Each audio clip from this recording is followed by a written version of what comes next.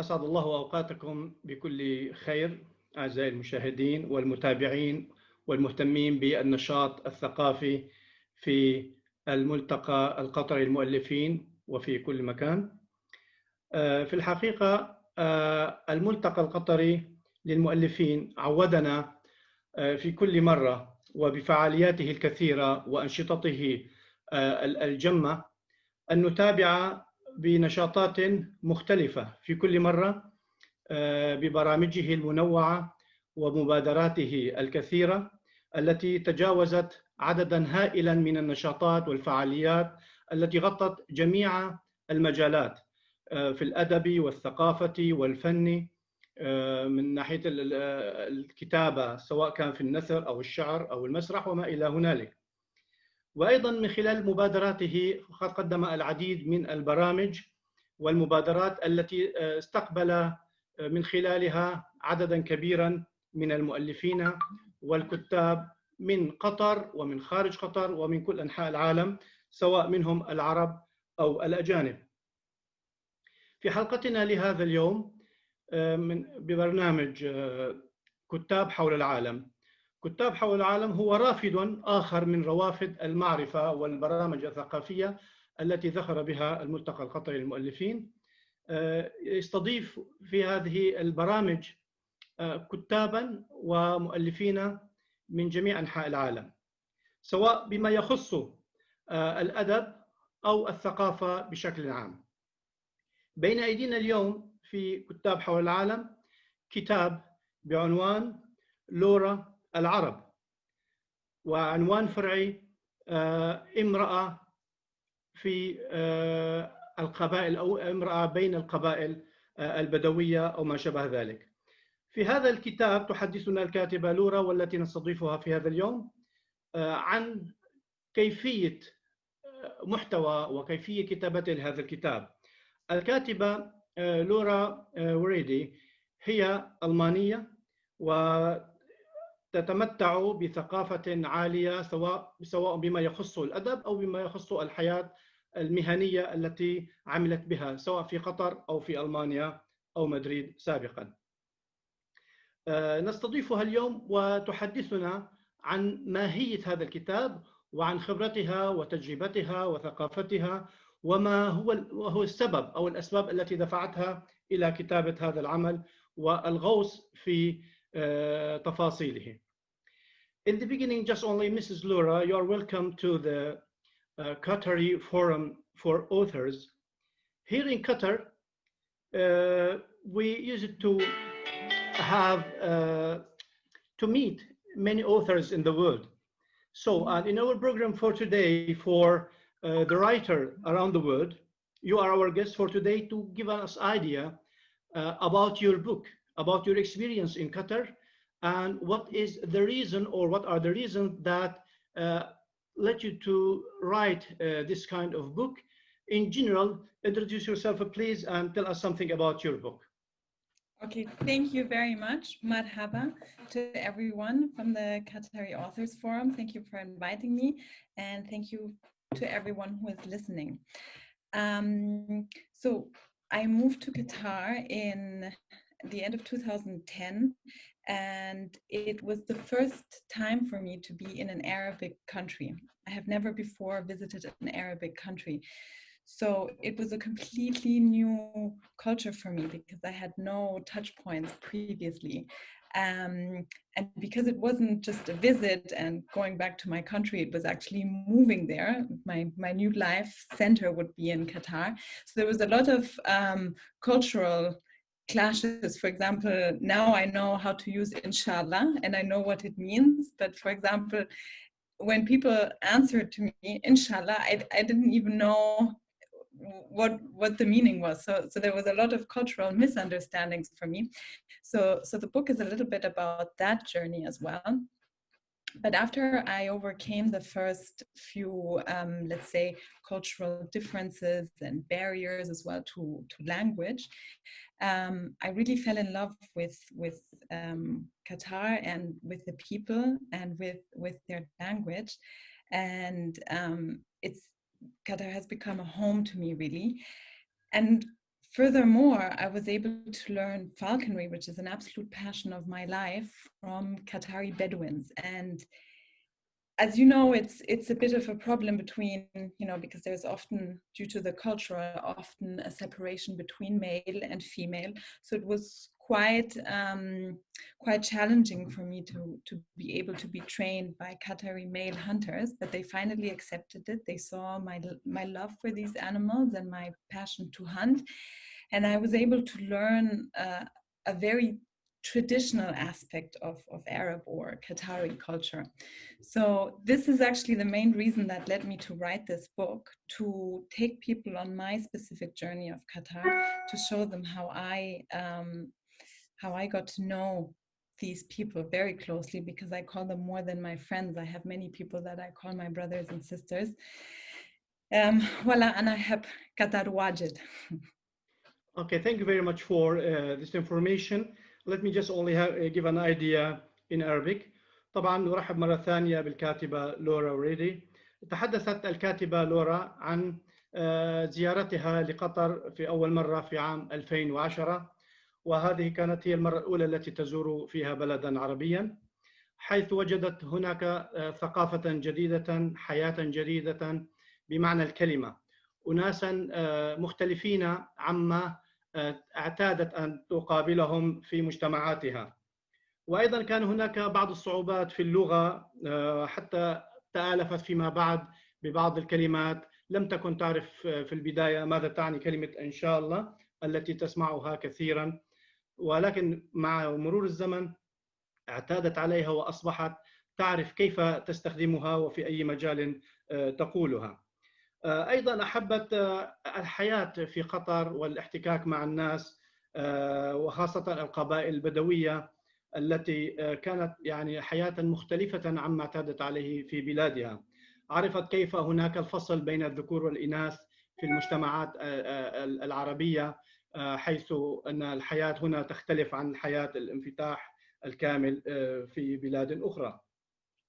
تعلمت أيضا كثيرا من التقاليد والأعراف التي وجدتها مختلفة إلى حد ما أو إلى حد كبير في بعض الأحيان عن التقاليد والثقافة التي اعتادت عليها في بلاد أخرى. نسألها أيضا الآن عن بعض النقاط الأخرى عن تجربتها في المجتمع العربي بشكل عام وبقطر بشكل خاص. ما هي الصعوبات؟ ما هي التحديات التي واجهتها؟ ربما نعرف أيضا المزيد من خلال التفاصيل. Okay, Mrs. Lura, we have more questions, more inquiries to have information about your experience in general, more details about what are the challenges, more challenges and difficulties, since that, especially for the first time when you came to Qatar, it was not easy to deal with people, to know how to deal with them according to their culture, to their traditions, and what are the difficulties and challenges that you met here in the beginning when you came, and after that, how you overcame these difficulties. Okay, I think one of the biggest challenges is some of the stereotypes. So even before I traveled there, a lot of people, think about Saudi Arabia. So they said, I will not be able to drive the car. I will not be able to leave the house. I will have to be covered the whole time. So, as somebody who's never been to an Arab country, and when people give you this input and a lot of it is very negative and it's taking away your freedom, I was positively surprised in Qatar because I could do my driver's license. I was able to drive. I did not have to cover. Of course, dress respectfully. You don't walk across the street in a bikini. But to be honest, that wasn't a difficulty. But I think the biggest challenge when you come from Europe, where everything is mixed, you know, male and female are together in the same space, I think that was one of the biggest challenges that I always had to be separate, and you cannot mix, and it was separate. And this was, for me personally, in the beginning, the biggest challenge, because the Bedouins did not want to take me with them because I'm a female. I think it would have been a lot easier for a male to take up this sport of falconry and hunting, and it would have been easier to accept him. But because I wanted to, there was a lot of resistance in the beginning. The way I overcame it is by really focusing on showing them that I am able to do this by myself, because they thought I might be scared of blood. They thought I might not be able to kill the pigeons or to feed the falcons. So quite slowly, and by talking to them, that's why I'm saying, out of just maybe a friendship or a contact, much more became, and we are like family. And they visited me in Germany and also in Spain. So this is really how I overcame it, to just have an open dialogue, let our cultures and our different beliefs and traditions meet, and always, and this is still very, very important for me, with the utmost respect. Okay, thank you.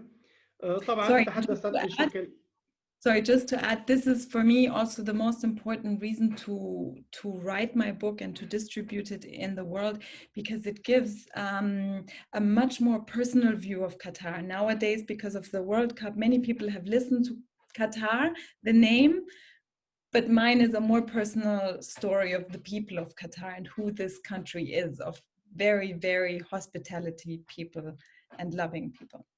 Okay.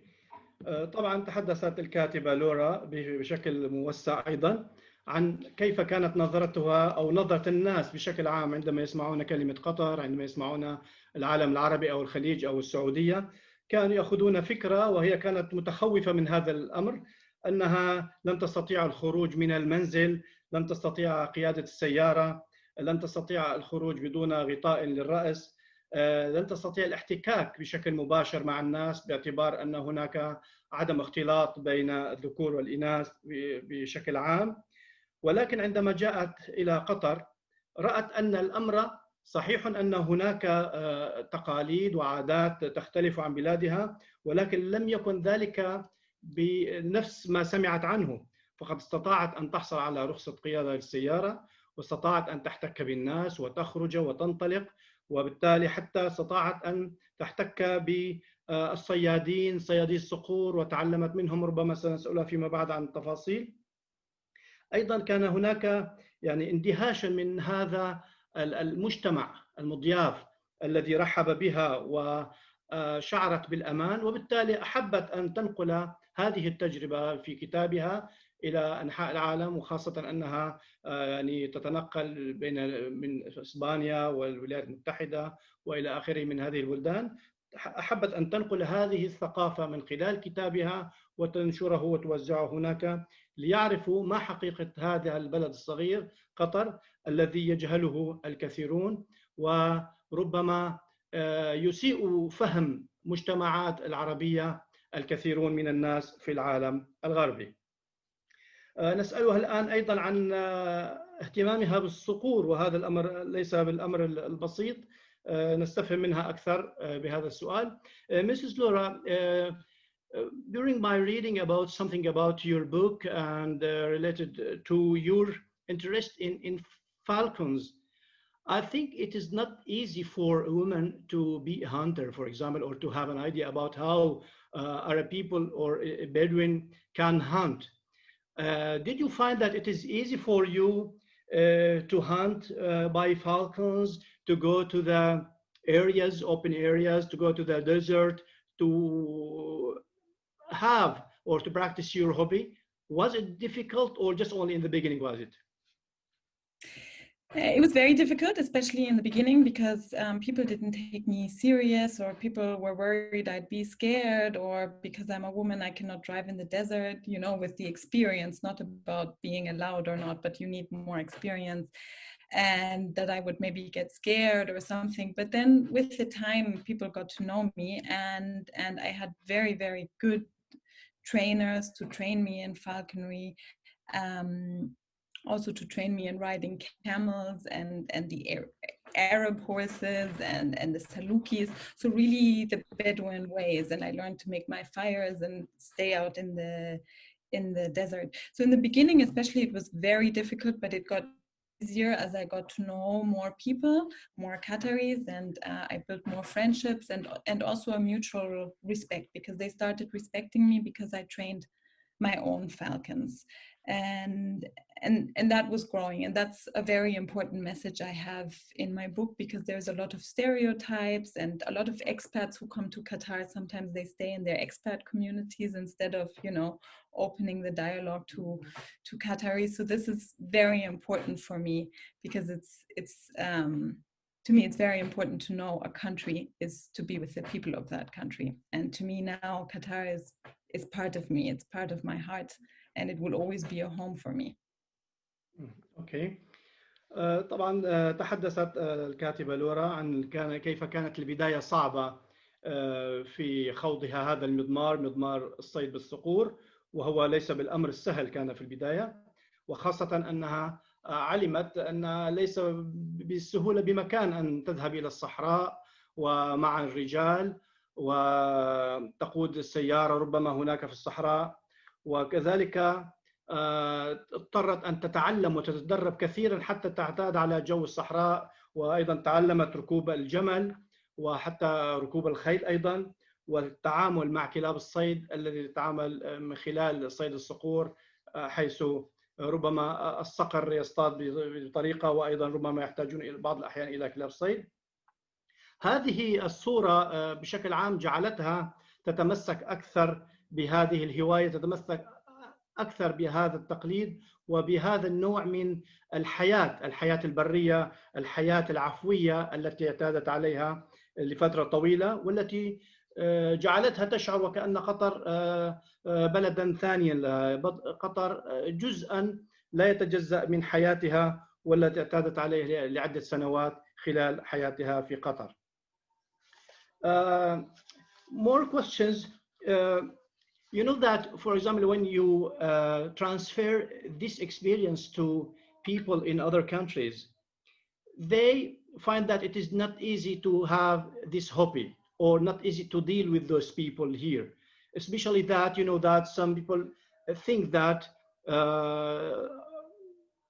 Arab countries or countries in the Gulf, and it is not easy to deal with them. So you said that during your experiences, you find everything is difficult. So did anyone from your friends outside or abroad found a chance to come here, or to encourage him or her to come to Qatar to find another world, another experience, another culture? Did you encourage them to come here, and they found that your speech is true? Yes, luckily, yes. So just to make sure, it was very difficult for me in the beginning, but not all my time in Qatar. But in the beginning, of course, and when I didn't know anyone and I didn't have any friends, it was very difficult. But when I started to have friends, it was really beautiful, and I felt like I had the key to Qatar, you know, because the key to Qatar are the people and the hearts of the people. And luckily, I have many friends all over the world, and a lot of these people came to visit me. So it wasn't just one chance; it was many chances of people who came abroad, and I was able to take them with me. And my friends, my Qatari friends, were so open, and this is part of their culture, to be so welcoming and open. I took them to Qatari weddings. I took them out to the desert, to the competition Al Galayl. I was able to take them inside and to see this Bedouin competition. Some of my friends stayed outside in tents with me and overnight, and not at Sea Lion at the camps, really just us, you know, doing our own setup and with the Qataris.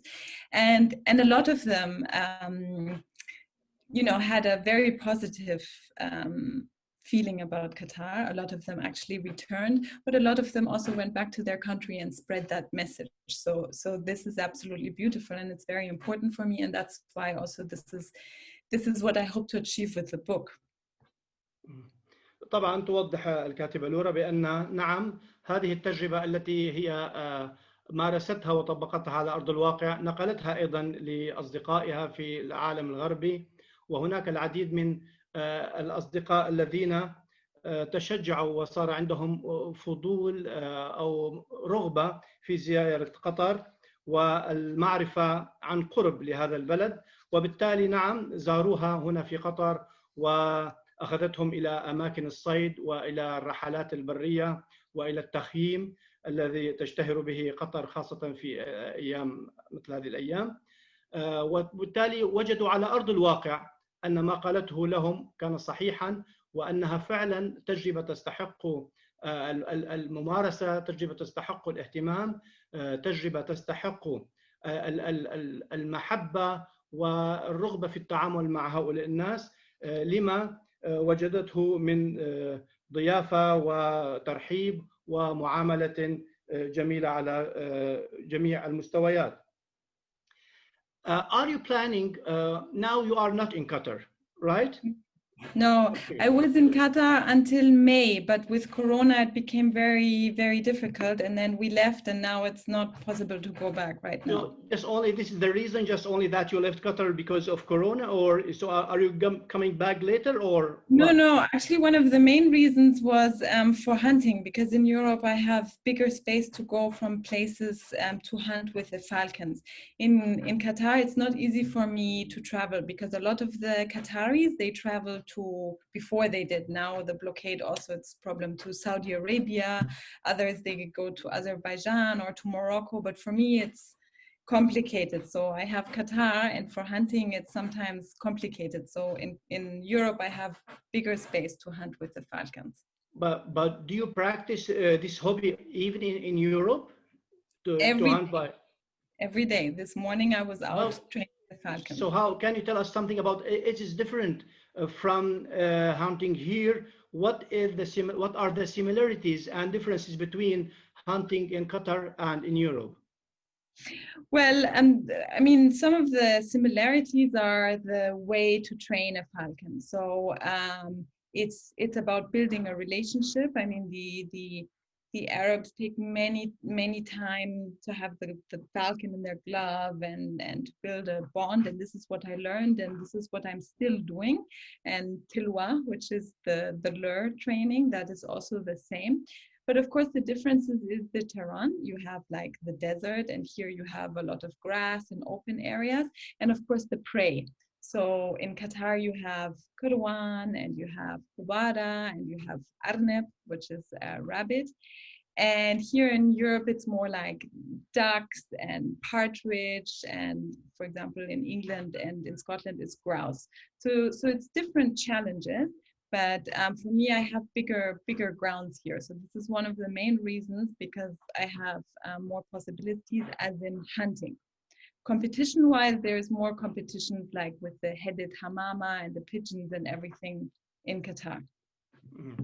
إذا طبعا سألت الكاتبة لورا عن في البداية عن هل هي ذهبت أو هل تفكر بالعودة حاليا، أو هل هي خارج قطر فقط لسبب كورونا أم لأن هناك أسباب أخرى. طبعا هي تمارس أيضا الصيد في أوروبا أيضا، ولكن تقول بأن هناك اختلافات ما بين الصيد في قطر والصيد هناك، سواء من أنواع المصيدات، أنواع الطيور تختلف هنا، أنواع الحيوانات البرية التي يمكن اصطيادها هنا كالأرانب، كبعض أنواع الطيور أيضا هنا تختلف عن الحمام. في أيضا يوجد أنواع محددة تعيش في البلاد الباردة أو في أوروبا تختلف عن هنا.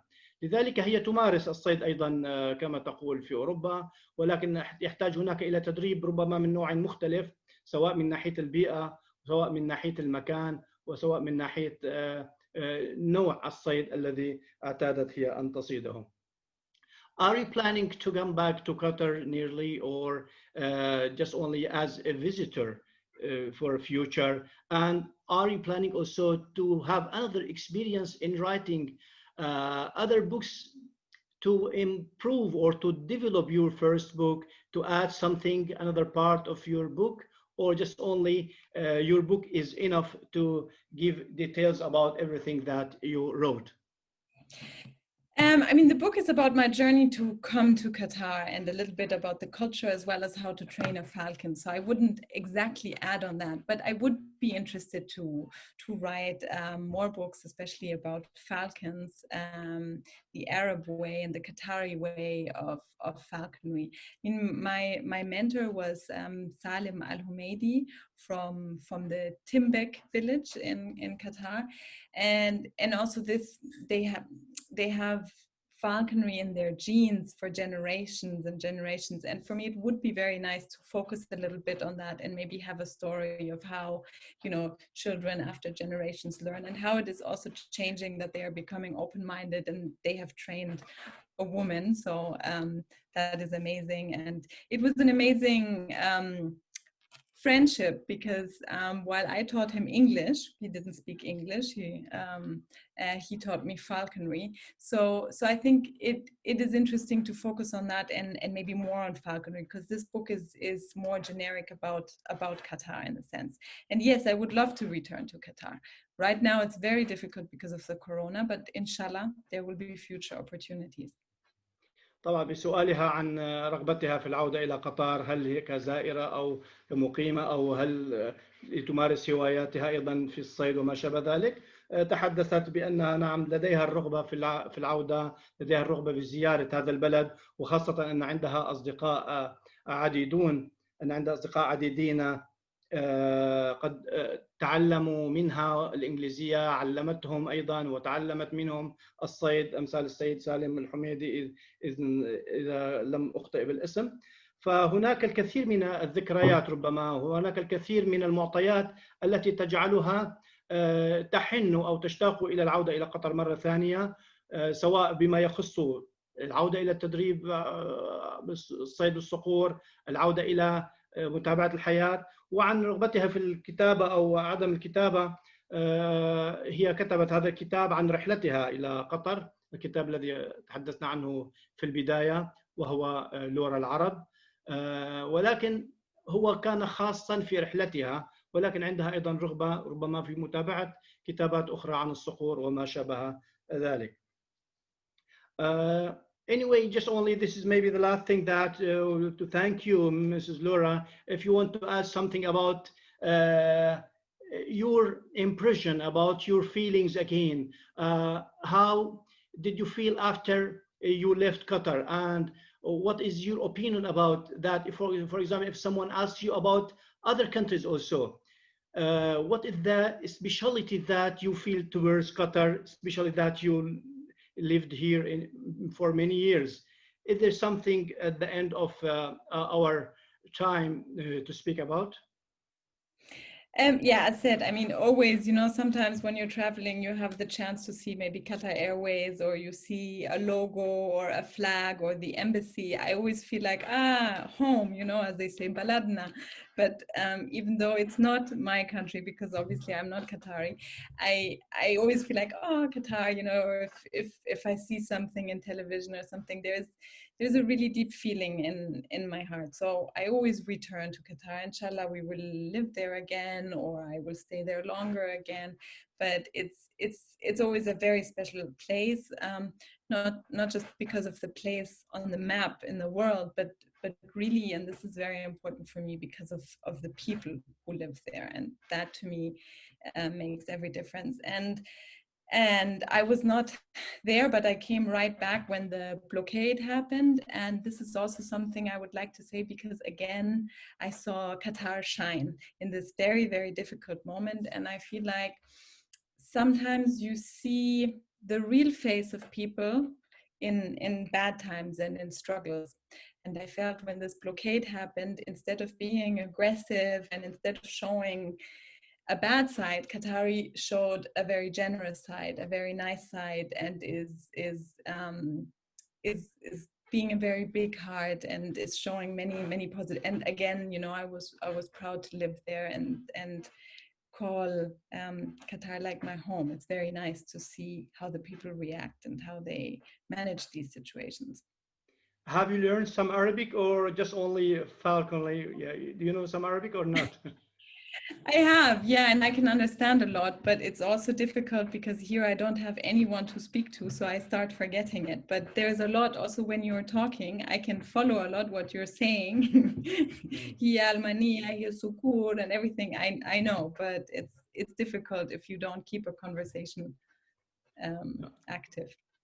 طبعا في نهاية اللقاء تحدثت أيضا مرة ثانية عن مدى شعورها باتجاه كلمة قطر عندما ترى السفارة القطرية، عندما ترى الخطوط القطرية، عندما ترى شعارا يخص قطر، عندما ترى أي شيء فتشعر وتحس أن هذا جزء منها يخصها، عاشته ومرت به في تجربة. وهذا ربما شعور كل مخلص لمكان ما ينتمي إليه.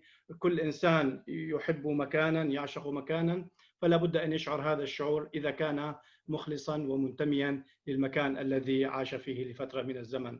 في نهاية اللقاء نشكر الكاتبة والأديبة الأستاذة لورا وريدي لكونها معنا وبقاء معنا هذه الفترة، ونأمل أن نستمع منها في لقاءات أخرى عن زيارتها لقطر عندما تعود مرة ثانية ونتابع معها لقاءات أخرى. Thank you very much, Mrs. Lora, for being with us, and we wish that we will find you here again in Qatar and to practice your hobby again, to meet your friends, to meet your people that you know here, and everything to be okay with you. Thank you very much again.